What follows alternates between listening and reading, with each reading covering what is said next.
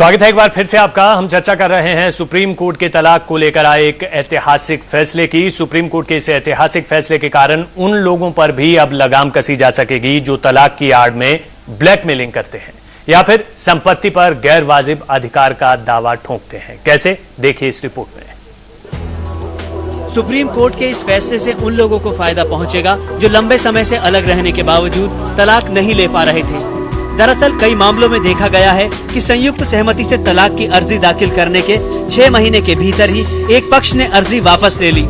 अर्जी वापस लेने के बाद तलाक के एवज में दूसरे पक्ष से ब्लैकमेलिंग या अनुचित मांग की गई। इस दौरान किसी एक पक्ष की तलाक की अर्जी दूसरे पक्ष की असहमति के कारण खारिज हो जाती थी और कोई एक पक्ष दूसरे पक्ष से तलाक के लिए संपत्ति पर गैर वाजिब अधिकार और पैसे की अनुचित मांग का शिकार होता था।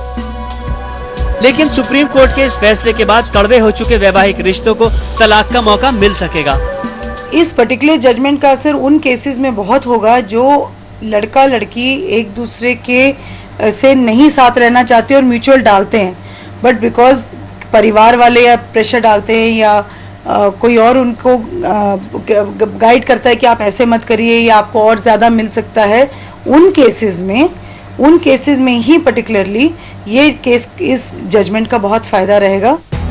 धारा 13B के तहत एक दंपति आपसी सहमति से संयुक्त रूप से इस आधार पर तलाक की अर्जी दे सकता है कि वो दोनों 1 साल से एक दूसरे से अलग रह रहे हैं। सुप्रीम कोर्ट ने फैसले के लिए छिंदवाड़ा के जैन दंपति के मामले में इस तथ्य को आधार माना है कि पत्नी एक तरफ पति के साथ रहने को तैयार नहीं थी तो दूसरी तरफ वो तलाक भी लेना नहीं चाहती थी और दोनों 7 साल से अलग अलग रह रहे थे।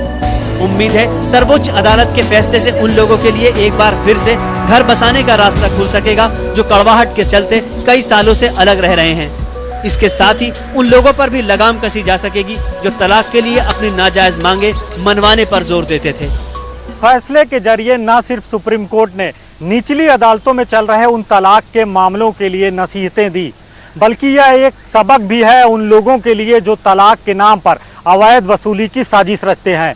कैमरामैन रमेश राय के साथ इस समय सुप्रीम कोर्ट से अजीत प्रताप सिंह।